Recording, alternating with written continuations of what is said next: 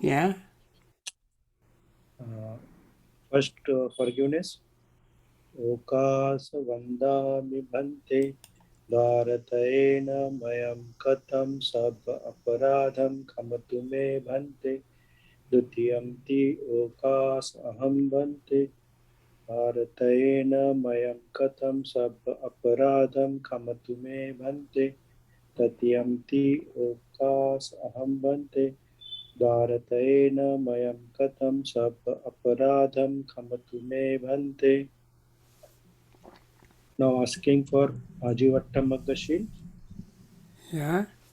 Yeah. Okas aham bhante Tisaranena sa ajiv attamagashīlang dhammang yachami Anugaham katva shilang detame bhante Dutiyam ti okas aham bhante Tisaranena sa ajiv attamagashīlang dhammang yachami Anugaham katva shilang detame bhante तत्यंति ओकास अहम भन्ते तिसरणेन स आजीव अट्टमग्गशीलं धम्मं याचामि अनुगं कत्वा शीलं देतमे भन्ते Yamang vadami tang vadetha. आं भन्ते Namo tassa bhagavato arahato samma sambuddhassa. नमो तस्स भगवतो अरहतो सम्मा सम्बुद्धस्स नमो तस्स भगवतो अरहतो सम्मा सम्बुद्धस्स नमो तस्स भगवतो अरहतो सम्मा सम्बुद्धस्स Buddhang saranang gacchami. बुद्धं शरणं गच्छामि Dhammang saranang gacchami. धम्मं शरणं गच्छामि Sanghang saranang gacchami. सङ्घं शरणं गच्छामि Dutiyampi buddhang saranang gacchami. द्वितीयंपि बुद्धं शरणं गच्छामि Dutiyampi dhammang saranang gacchami. द्वितीयंपि धम्मं शरणं गच्छामि Dutiyampi sanghang saranang gacchami. द्वितीयंपि सङ्घं शरणं गच्छामि Tatiyampi buddhang saranang gacchami. तृतीयंपि बुद्धं शरणं गच्छामि Tatiyampi dhammang saranang gacchami. तृतीयंपि धम्मं शरणं गच्छामि Tisarana sampunnang. आं भन्ते Panatipata veramani sikkhapadang samadhiyami. पाणातिपाता वेरमणि सिक्खापदं समादयामि Adinnādāna veramani sikkhapadang samadhiyami. अदिन्नदाना वेरमणि सिक्खापदं समादयामि Kāmesu micchāchārā veramani sikkhapadang samadhiyami. कामेषु मिच्छाचारा वेरमणि सिक्खापदं समादयामि Musāvādā veramani sikkhapadang samadhiyami. मुसावादा वेरमणि सिक्खापदं समादयामि Pisunāya vācāya veramani sikkhapadang samadhiyami. कुसुनावाचा वेरमणि सिक्खापदं समादयामि Parusāvācā veramani sikkhapadang samadhiyami. परुसावाचा वेरमणि सिक्खापदं समादयामि Sampappalāpā veramani sikkhapadang samadhiyami. संपप्पलापा वेरमणि सिक्खापदं समादयामि Micchā ājīvā veramani sikkhapadang samadhiyami. मिच्छा आजीवा वेरमणि सिक्खापदं समादयामि Tisaranena saddhiṃ ājīva Attamaka Silang Samadhayitva Sadhukang Surakhitam Katva Pamadena Sampade Tabvang Bhante, Silena Sugating Yanti Silena Bhoga Sampada Silena Nibbuting Yanti Tasma Silang Visodhaye. Sadhu, Sadhu, Sadhu.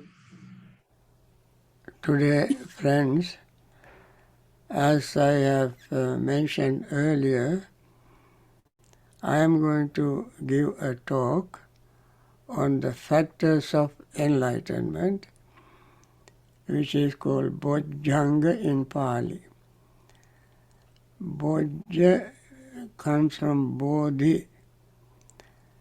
Anga is branches or limbs or factors. Bodhi Anga, factors of enlightenment, is called Bojjhanga. Bodhi means attainment of enlightenment. There are 37 of them. They have been categorized into 7. Bodhi Anga, we don't develop at once.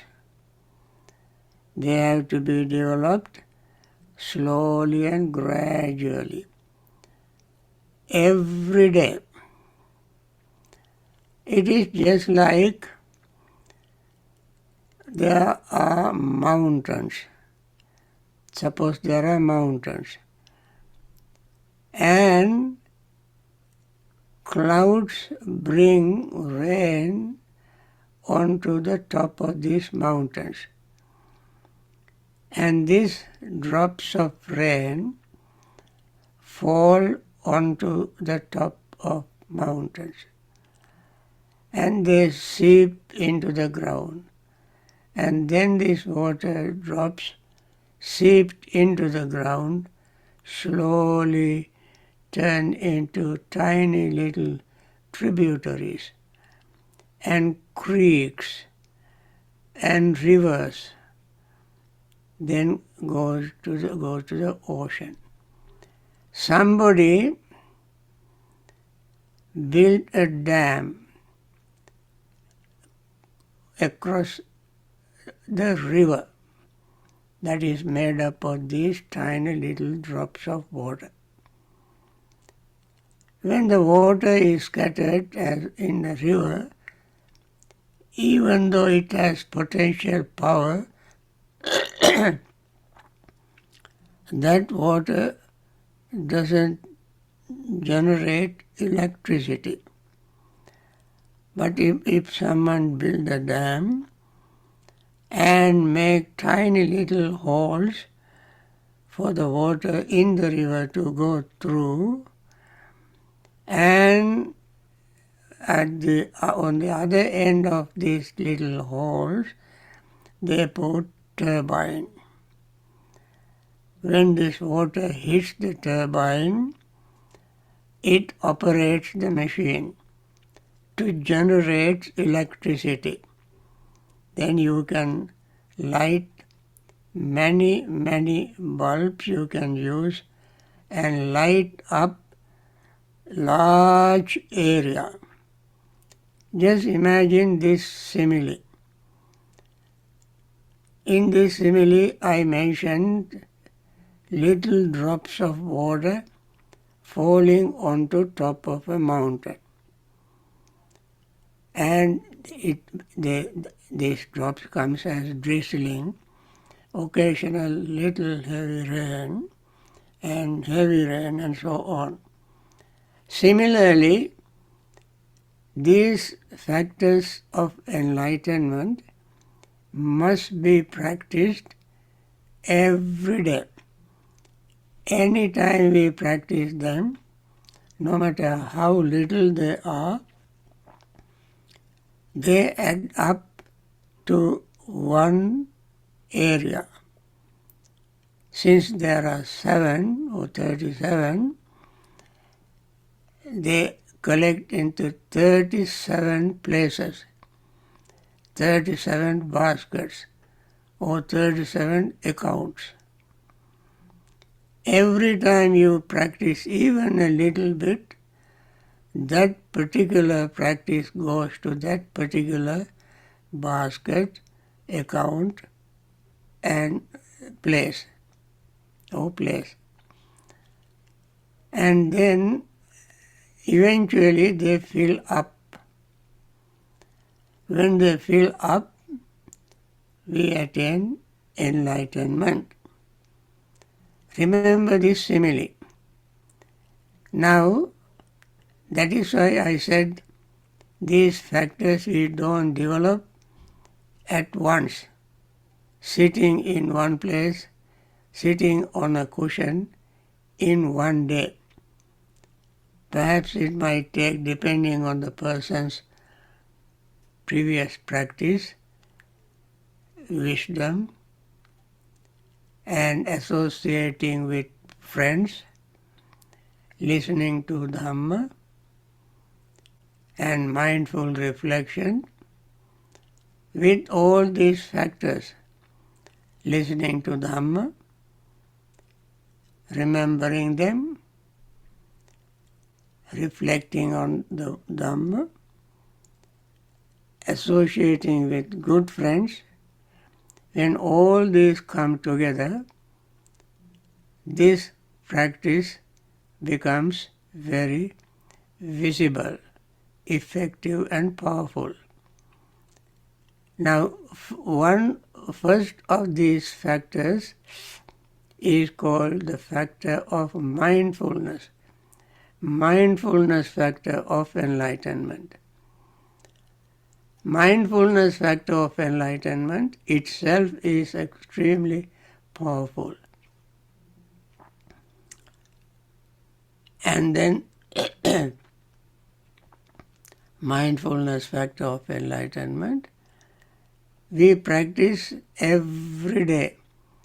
You go for retreats, you practice meditation at home, you practice sometimes 10 minutes, 15 minutes, 1 hour, 2 hours, or you practice mindfulness even 1 minute every hour on the other. So we keep practicing mindfulness. What is mindfulness? Mindfulness is seeing the truth without any distortion. That is the function of mindfulness. We use our body, feelings, mental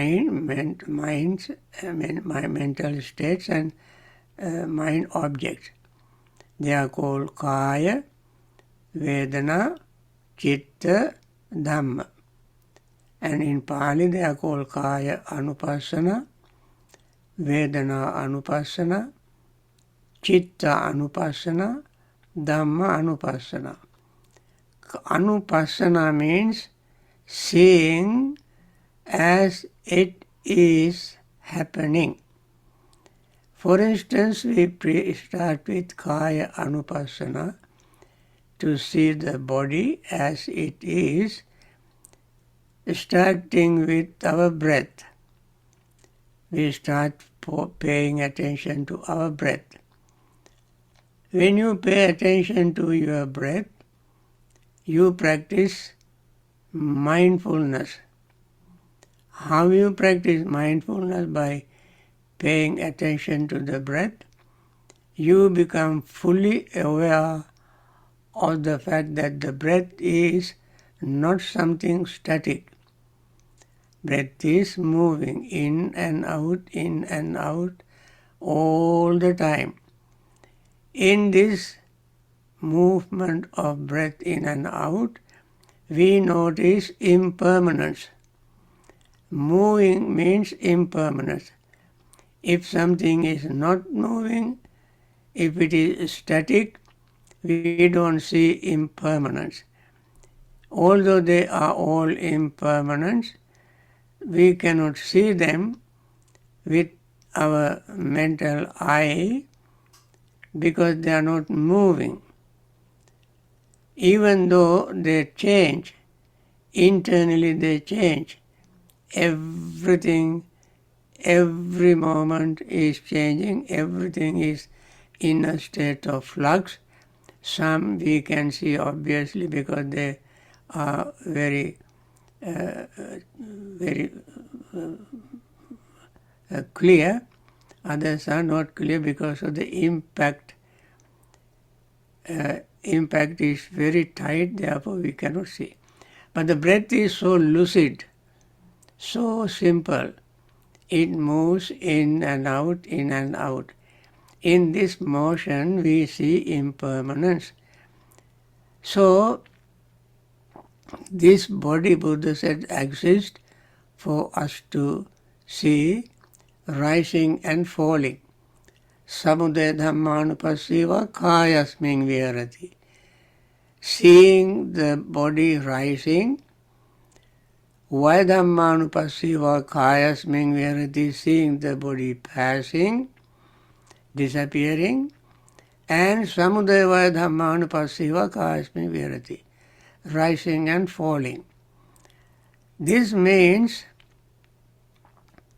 the breath is rising and falling, and in between rising and falling. What is this in between rising and falling? That is the nature of sankhara. Buddha defined sankhara, Teenimani bhikkhave sankhatasa sankhata lakkanani, katamani teni, uppado panyayati, vayo panyayati, titasa anyatattang panyayati. Bhikkhus, conditioned think or sankhara has three characteristics. What are they? Rising is manifesting. Passing away is manifesting. What is in between is altering, is manifesting. Rising is clear, falling is clear, altering is clear. That means when something rises, alters and falls, it does not stay. It is not fixed. This nature of conditioned thing we have to see with clear eyesight. So we use, the Buddha recommended us to use the breath to see these three characteristics in the breath. The breath is one of the body conditioners. Body conditioner. Kaya asasa pasasa kayanyatara. Buddha said, kayanyatara. Inhaling and exhaling is one of the bodies. Inhaling, exhaling is one of the body conditioners. Why it is called body conditioners? It conditions the body. How does the breath conditions the body? Breath brings oxygen into our lungs and charge red blood cells depleted of oxygen. And then oxygen-rich red blood cells go to the heart, and heart pumps and then send this oxygen throughout the body to recharge 56 trillion cells in our body. That is how we live, with oxygen. And every moment we do that. Sometimes intentionally, sometimes unintentionally we breathe. In meditation we breathe intentionally. Other times we don't breathe intentionally. By whether we breathe intentionally or not, every time we breathe, this process happens. We have this external respiration and internal respiration. External respiration is inhaling and exhaling. Internal respiration is exchanging carbon dioxide with oxygen inside. And this is always functioning. This is always impermanent. If one of the functions stops, then we will die. And therefore, the body conditioner breath is called body conditioner. So, when we practice mindfulness meditation, we see this very natural phenomenon. Very natural phenomenon. And so the Buddha said, this body exists for us to know this rising, falling, and rising, falling. Rising the breath, falling the breath, and in between rising and falling, as breath moves in or out, even within this movement, there are tiny, minute air, waves, air waves change. This happens so quickly, we cannot see it very easily. However, when we practice mindfulness with focusing total attention to the breath, we will experience this. And this is how we begin to practice mindfulness factor of enlightenment. And as I mentioned earlier, every drop of water falling onto the top of the mountain eventually turns into electricity.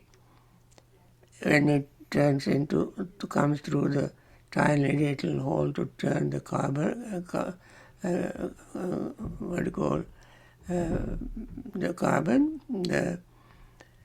the dynamo. Similarly, when we do this practice every day, slowly and gradually, we build mindfulness factor of enlightenment. For that, Buddha asked us to use our body. Of course, body is divided into 6 categories, 6 groups. And I mentioned mindfulness of breathing as one of the categories. Then we mindfully walk. Even in walking, we become aware of this impermanence of our walk. Our breath is moving in and out. The oxygen goes through the body. Through this process, we take one step and move forward and put the foot down and then press it against the floor and then lift the other foot, slowly move it forward, press it down on the floor and then lift the other foot and so forth. In each movement of our foot, every movement of our foot, it changes. Foot is changing. The motion is going on, doesn't stay in one place. And that is how the walking becomes a part of our mindfulness practice, to see impermanence. Then we practice clear comprehension. That means we clearly understand the purpose of our meditation and the domain of our meditation, suitability of our practice, and non-delusion. These are called clear comprehension. Clear comprehension of the purpose of meditation. There are 5 purposes of meditation. which are mentioned at the very outset of Satipatthana Sutta. These 5 purposes are purification of the mind. Purification of the mind. How we purify? There are 7 steps of purification. Purification of morality, purification of concentration, purification of doubt,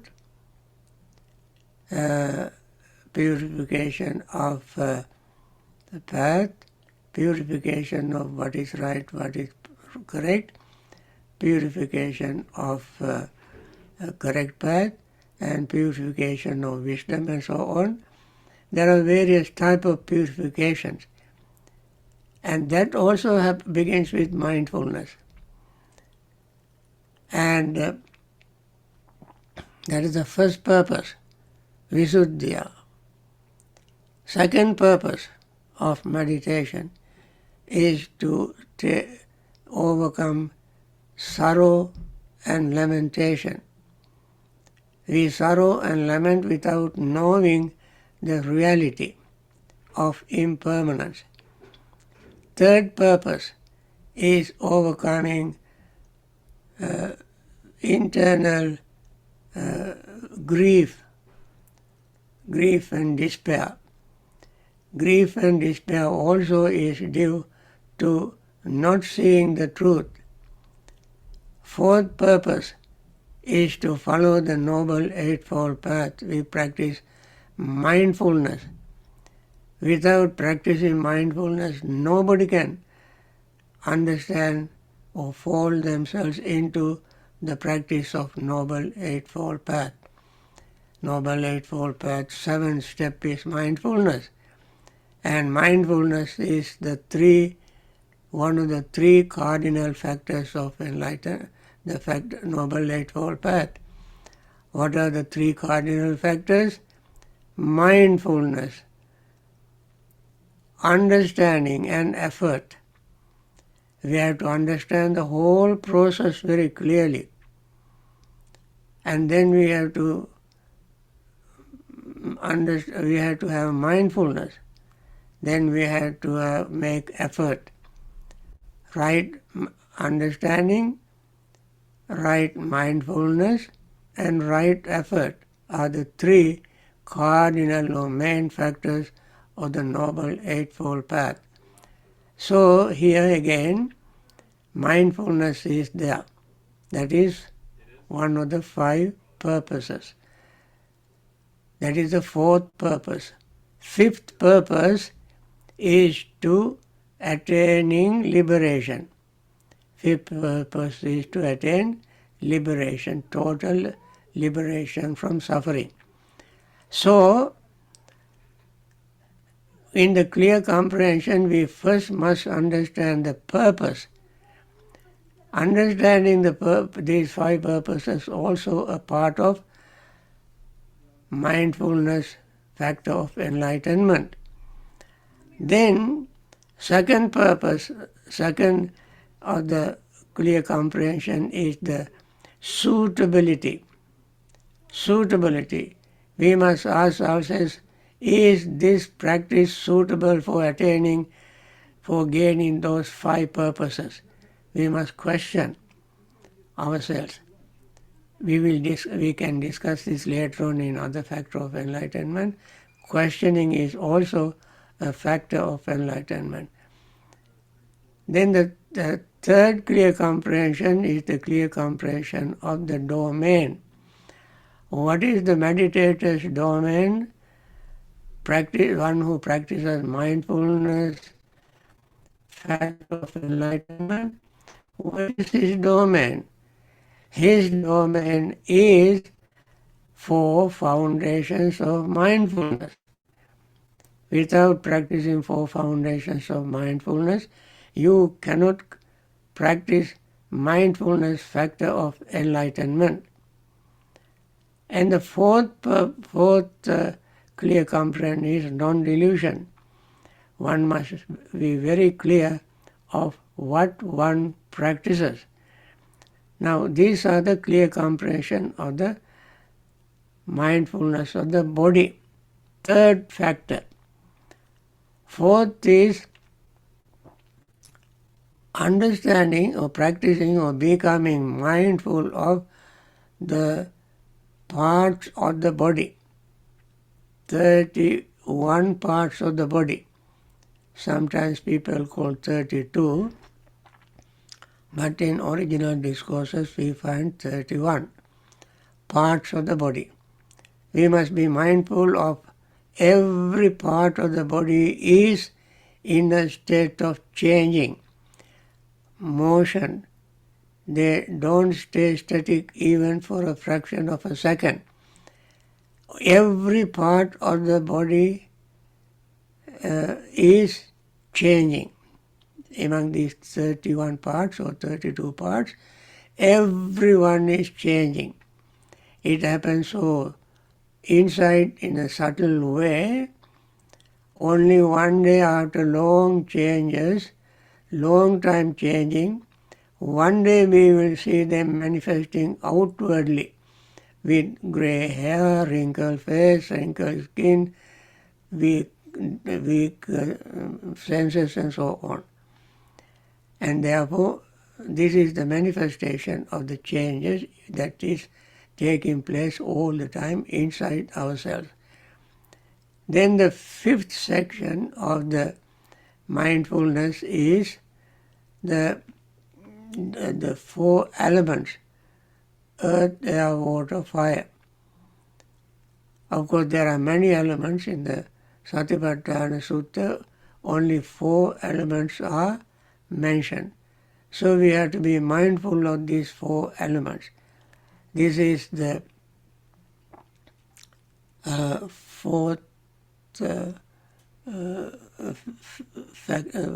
fifth state of mindfulness. Then first is breathing, second is walking, posture, third is clear comprehension, fourth is 31 factors of enlightenment, 31 parts of the body, fifth is 4 elements, sixth category is the 9 stages of corpse after death. That's called Navasivatika, the 9 stages of body after death. So these are the 6 sections of the mindfulness of the body. And the second mindfulness is mindfulness of feelings.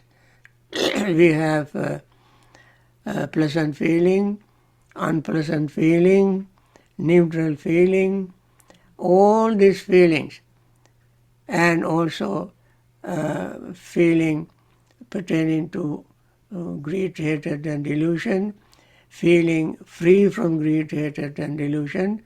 They are called samisa, sukha, dukkha, adukkha, sukha, niramisa, sukha, dukkha, asukha, sukha, and so forth. There are various categories of feelings, and each feeling is not permanent.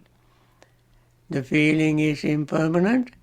It is changing all the time. Pleasant feeling is changing into unpleasant feeling. Unpleasant feeling may be changing into neutral feeling, and so forth. None of them stays the same even for 2 consecutive moments. Now this is how we see the mindfulness of the feeling. Mindfulness of the feeling. And then fourth mindfulness is mindfulness of mental objects. Mind objects. They also are divided into 5 categories. One category is seeing hindrances as they are. Second category is seeing the 5 aggregate. Third category is seeing senses and sensory objects and hindrances, fetters arising through them. Fourth category is again the mindfulness of the six senses and six sensory objects. Fifth category, fourth category actually is the 7 factors of enlightenment. Fifth category is Four Noble Truths. And one who practices mindfulness, fact of enlightenment, Sati Bojjhanga, must practice all of them. All of them. When you practice all of them, slowly and gradually, your mind becomes very, very powerful. Then it becomes Sati Indriya. Sati Indriya. Sati Indriya, Indriya means chief. That means I is the chief in seeing. Nothing else can do that function. I is the chief. So Indriya here therefore means the chief in that faculty, seeing impermanence very clearly with our wisdom eye, is called Sati Indriya. Seeing things with a clear state of mind with wisdom eye is called Sati Indriya. Sati Indriya. And when we developed it even further, it becomes Sati Bala. Bala means strength. Strength. This fact of enlightenment, this Bala becomes strength as a fact of enlightenment. What does it do? It cracks and breaks the ignorance. It cracks and breaks the shell of ignorance. Ignorance is just like, suppose you assume an egg. Inside the egg there is an embryo which grows gradually and then become a little chick, and this chick, through its tiny little claws and beaks, break the egg. Wisdom is like that little embryo in the egg. It slowly and gradually grows, mature, and reach its peak to make it strong. That's called Sati Bala. And then that, just like this little chick breaking the eggshell, coming out, wisdom eye, break our ignorance. Break our ignorance and begin to see the reality, the truth. Just like breaking that little chick, breaking the eggs. So therefore it is called Sati Bala. Sati Bala. Then Sati Indriya and Sati Bala. And finally it becomes a factor of enlightenment. And Buddha practiced it. Buddha practiced it is very, very interesting. Many of us don't think of it. It is said in Acharya Abhuta Sutta in Majjhima Nikaya that Buddha, when he was born in Tusita heaven as a bodhisattva, he continued to be mindful. Entire time he stayed in Tusita heaven until his time was ready to come down to the earth to take conception in Maya's womb, he was practicing mindfulness even in the Tusita heaven. And his mindfulness remained so intact that when he passed away from Tusita heaven and took conception in Maya's womb, during that time, while he was in the mother's womb, he remained mindful. That's a marvelous thing. Even that tiny little embryo in the mother's womb was charged with mindfulness. So every moment that embryo grew into a tiny little baby to come out of the mother's womb, he remained mindful. When he came out, he came out with mindfulness. When he came out with mindfulness.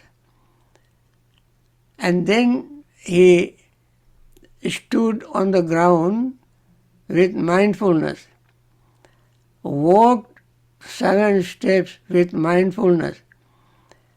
As his mindfulness was so powerful, as a sati bala, that he was able to see that he would not take any more rebirth. And he said to the world, I am the greatest, I am the chief, this is my last birth, and there is no more births for me in future. He was able to say that because of his practice of mindfulness. Not only that, he grew up as a child, as a youth, as a married person with mindfulness. Because of his mindfulness, he was able to practice meditation as a little child. While he was under a rose apple tree, his nurses put him there, enjoyed the ploughing festival. While they were enjoying ploughing festival, this little infant, this little boy, sat in cross-legged position and practiced meditation. Because of this practice, this habit of practicing mindfulness. And he grew up when he was 16. He was forced to married Yasodhara. All the time he was practicing mindfulness. While Yasodhara was, even when they were together in a public park, under trees and so on, he was contemplative. He was practicing mindfulness. And then when he left home, seeing the 4 signs, from each sign he learned the truth of life. Old age, he saw mindfully how things grow to become old. And he saw mindfully how people fall sick. And he saw mindfully how people die. And he thought the symbol of a monk for him to adopt. All this happened with mindfulness. When he left home, while parents were crying, in his prime youth, he practiced the mindfulness. So the mindful person sees the truth all the time. When he practiced mortification, self-mortification for 6 years, all these 6 years he practiced mindfulness. He was not interested in food, in bathing in anything else. He was so engaged, so deeply involved in the practice of mindfulness. And that is why even when he was emaciated, reduced himself to bone and skin, he still remained mindful. Some people thought he was, when he fell on the ground because of his weakness, physical weakness, people said that he was dead. Some people said that he was dying. He heard all this. He knew how ignorant other people were, even at that time, because of his own mindfulness. He continued to be mindful all the time in these 6 years. Normally what is popular is self-mortification. He simply not only mortified the body, but he wanted to experiment various things with mindfulness. That's why he did not die during that period. And then mindfully he began to give up this austere practice, and then slowly began to eat and then build up his strength with mindfulness. Remember, he never forgot mindfulness, never got out of mindfulness, never lost the sight of mindfulness. And then he continued to be mindful all the time.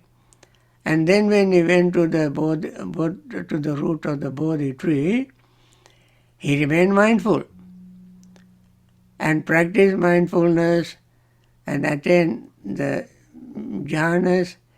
You know, in the Noble Eightfold Path, you see, mindfulness is number 7, concentration is number 8, last one.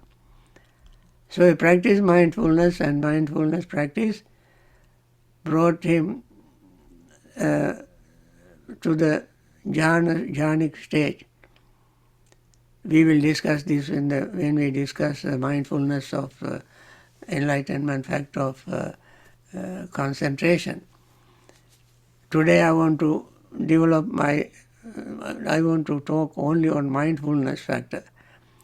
So he was practicing mindfulness and then attained the first level of enlightenment through the attaining jhanas, and then he began to see with this mindfulness, clear comprehension and concentration, he saw his own previous lives. You know, if somebody is not mindful, that person cannot see the 3 previous lives as many as the Buddha did. Buddha saw eons and eons of previous lives. Those who do not have mindfulness can have the knowledge of knowing previous life to some extent. They can see some lives to some extent, but not so many. And then he saw with clear comprehension and mindfulness and concentration other people dying and taking rebirth according to their karma. Then with clear comprehension and mindfulness and concentration, he began to reflect the reason why he and others linger in samsara, travel so long in samsara. Then he saw dependent origination, the real cause of rebirth, repetition of birth and death, is depending on ignorance and craving. So he saw all these things with mindfulness.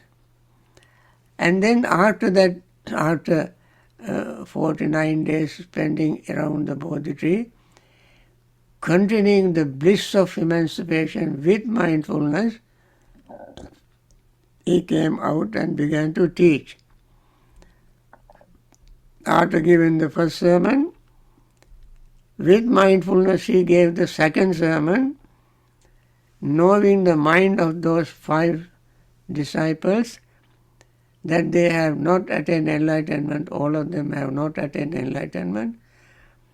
In order to make them attain enlightenment, he continued to teach the second sermon, where again he emphasized mindfulness of 5 aggregates to understand non-existence of permanent self.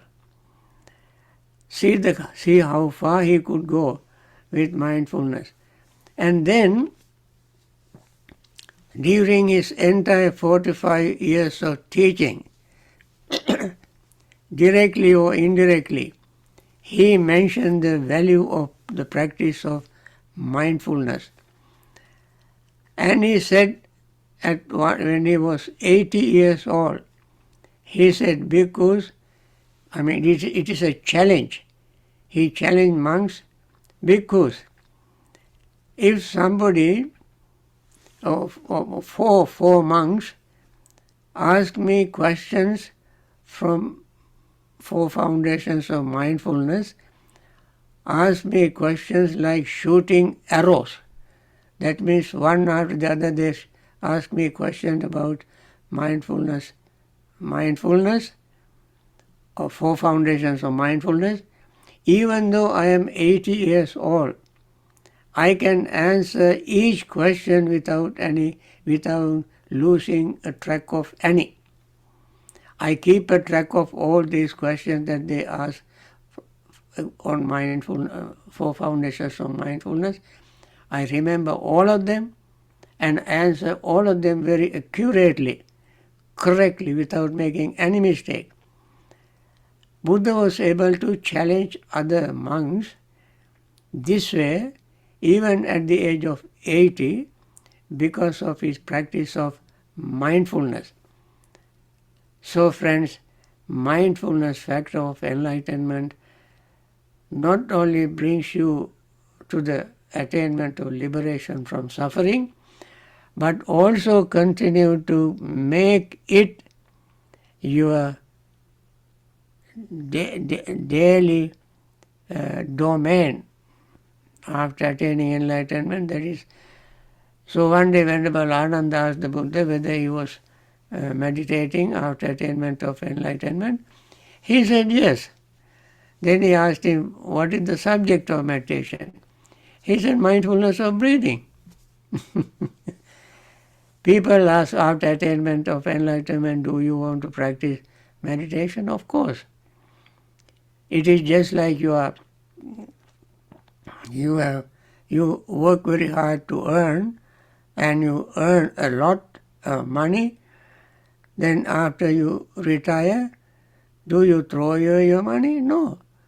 Even if you stop working, when you are retired, you use what you have gained, what you have earned. Similarly, when you attain enlightenment, that is the time you really enjoy the bliss of emancipation through the practice of mindfulness meditation. So, Deepak, and what is the new doctor's name? Ravindra. Dr. Ravindra. I think that's the time all I have today. And now our lunch time. And I'm happy that you all came. And I'm sorry I could not give the talk on the 26th. It doesn't matter, of course, we don't lose anything. And I'm so happy that you are so interested, so enthusiastic in learning Dhamma. And I myself would like to continue this series of talk, at least 7 more talks on the 7 factors of enlightenment, and maybe until December. December 15th, I take 3 months seclusion for my own deeper meditation. Until then, I give these talks. and then I start again in March next year. Okay, bye. Yes, Bhante. Thank you very much. Sadhu, sadhu, sadhu. शुक्रिया आजी भाई शुक्रिया. Bhante, blessings. Blessing ये आप सब लोगों को मेरा ब्लेसिंग देता हूँ. Sadhu, आप लोग का मुलाकात होने के मौका नहीं है. sadhu. इस जूम में भी आप लोगों को आप लोग नहीं देख सकता है. कोई भी फेस नहीं दे सकता है. Bhante can start video. My video is on. No. I can. सगळे video on करा. Yeah. Video on करा. सगळेजण video on करा. It is Marathi, Bhante. I speak Marathi. Yeah, Marathi video on करा. Yeah, from Marathi. बसून घ्या. I can start my own. Okay. Yeah, Bhante. Okay. Never mind. Now I have to leave the Zoom. Okay. Okay, Bhante. Okay. Thank you. Next time. Next time. Okay. Bye. Okay. Bye.